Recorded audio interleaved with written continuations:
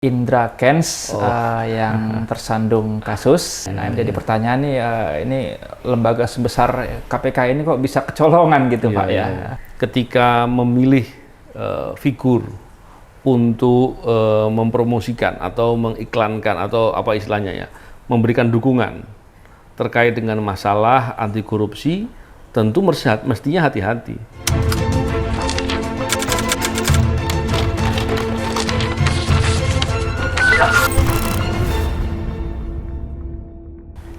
Assalamualaikum warahmatullahi wabarakatuh. Selamat siang, salam integritas anti korupsi. Jumpa kembali dalam channel YouTube Novel Baswedan. Seperti biasa kita bersama Pak Novel.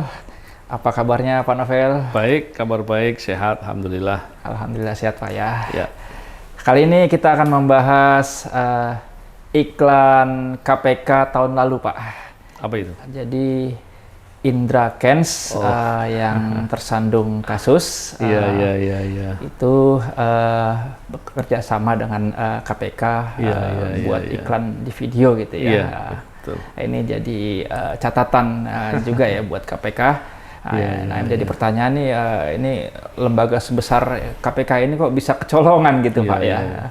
Barangkali mohon tanggapannya Pak. Ya memang gini ya, bukan hanya sekedar besar. KPK itu lembaga anti korupsi yang bicara integritas. Jadi bukan sekedar bicara masalah kaya apa enggak kaya gitu. Dan ini yang menarik ya, karena ketika memilih figur untuk mempromosikan atau mengiklankan atau apa istilahnya ya, memberikan dukungan terkait dengan masalah anti korupsi, tentu mestinya hati-hati. Mestinya background terkait dengan integritasnya jelas. Saya belum pernah mengalami ini di masa sejak KPK awal berdiri sampai dengan saya diberhentikan dari KPK. Saya belum pernah mengetahui KPK berlaku seperti itu.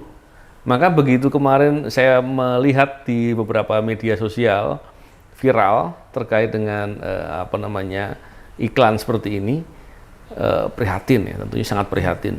Karena inti dari upaya atau nilai utama dalam yang ada di KPK dalam rangka pemberantasan korupsi harusnya integritas. Oleh karena itu background check-nya juga harus terkait dengan masalah integritas. Ada beberapa artis yang kemudian berkolaborasi dengan KPK dalam rangka memperluas pemahaman, edukasi, pengetahuan, dan dukungan dengan upaya-upaya pemberantasan korupsi selama ini dilakukan. Tapi baru kali ini kemudian tidak memperhatikan nilai-nilai integritas. Kebetulan dalam beberapa waktu kemudian ada kasus yang seperti ini.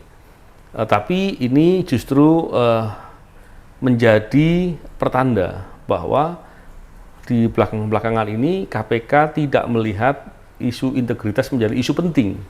Ini yang memprihatinkan. Dan tentunya yang begini tidak boleh terjadi lagi. Semoga KPK-nya mau mengambil pelajaran kalau mau belajar. Kalau nggak mau belajar, kebangetan. Tapi poinnya adalah upaya untuk memberantas korupsi itu tidak bisa lepas dari nilai-nilai integritas, dan tentunya tidak perlu harus mencari orang yang tampak di masyarakat sebagai orang kaya gitu. Kaya boleh, tapi integritas penting. Dan tidak atau berhidup bersahaja tapi berintegritas jauh lebih baik daripada orang yang kaya tapi kemudian tidak punya background integritas yang jelas. Harusnya seperti itu.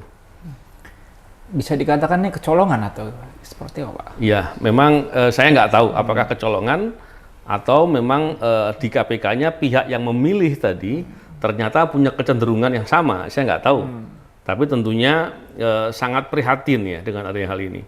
Tentunya saya yang pernah di KPK sekian lama dan prihatin dengan sikap-sikap KPK sekarang belakangan ini oleh pimpinan-pimpinan yang sekarang yang tidak peduli dengan nilai integritas. Contohnya begini, pimpinan KPK di forum-forum publik tidak berbicara jujur, tapi berbohong dengan jelas.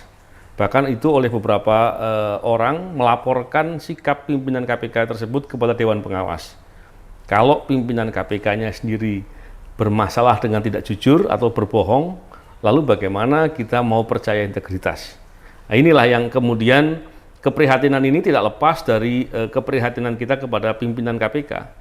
Dan tentunya sikap membicarakan ini penting karena KPK itu bukan perusahaan pribadi, bukan perusahaan keluarga, tapi lembaga yang diharapkan atau yang kita semua berharap untuk bisa melakukan tugas-tugas memberantas korupsi dengan efektif dan efisien. Itu harusnya. Lalu untuk internal KPK sendiri bagaimana tanggapannya Pak untuk hal seperti ini? Iya. Memang begini ya, saya belum pernah mendengar sikap KPK setelah ada permasalahan ini, saya belum pernah mendengar. Cuman katanya videonya ini sudah di take down ya, udah dihapus ya, maaf bukan take down tapi dihapus. Terkait dengan hal ini memang selama ini yang saya tahu di KPK itu banyak orang-orang kritis selama ini ya, walaupun saya nggak tahu apakah mereka sudah pada keluar, sepertinya juga banyak yang sudah keluar. Dulu banyak tokoh-tokoh di KPK yang integritasnya itu sangat dihormati. Contohnya mungkin penasihat KPK Pak Abdullah Hemahua, banyak lagi pimpinan KPK yang lain seperti Pak Busromo Kodas dan banyak lagi yang lain. Yang mereka hidup bersahaja, mereka betul-betul orang-orang bijak gitu ya. Dan kemudian berani kritis ketika ada masalah gitu. Kalau kemudian ketika ada masalah justru malah diam. Ketika ada masalah takut berbicara, ini masalah ya. Ini suatu hal yang tentunya yang perlu kita khawatirkan. Karena di KPK mestinya bukan sekedar pegawai atau pekerja yang berharap gaji saja, tapi betul-betul orang-orang yang mau berjuang atau mau peduli dengan upaya-upaya pemberantasan korupsi. Dan itu pasti basisnya adalah integritas dan kejujuran. Karena tadi saya katakan, dan saya sering katakan, bahwa peduli dengan perjuangan pemberantasan korupsi itu bukanlah hal yang mudah karena banyak nanti kesulitan, serangan balik dan lain-lain. Oleh karena itu mestinya di KPK adalah orang-orang yang mau berjuang dan kita mesti harus terus suarakan ini, terus bicarakan ini agar ke depan KPK menjadi lebih baik, gitu kurang lebih. Baik, terima kasih atas waktu sharing dan diskusinya Pak Novel. Terima kasih juga pada para penonton. Sampai jumpa pada konten berikutnya. Wassalamualaikum warahmatullahi wabarakatuh. Salam integritas anti korupsi.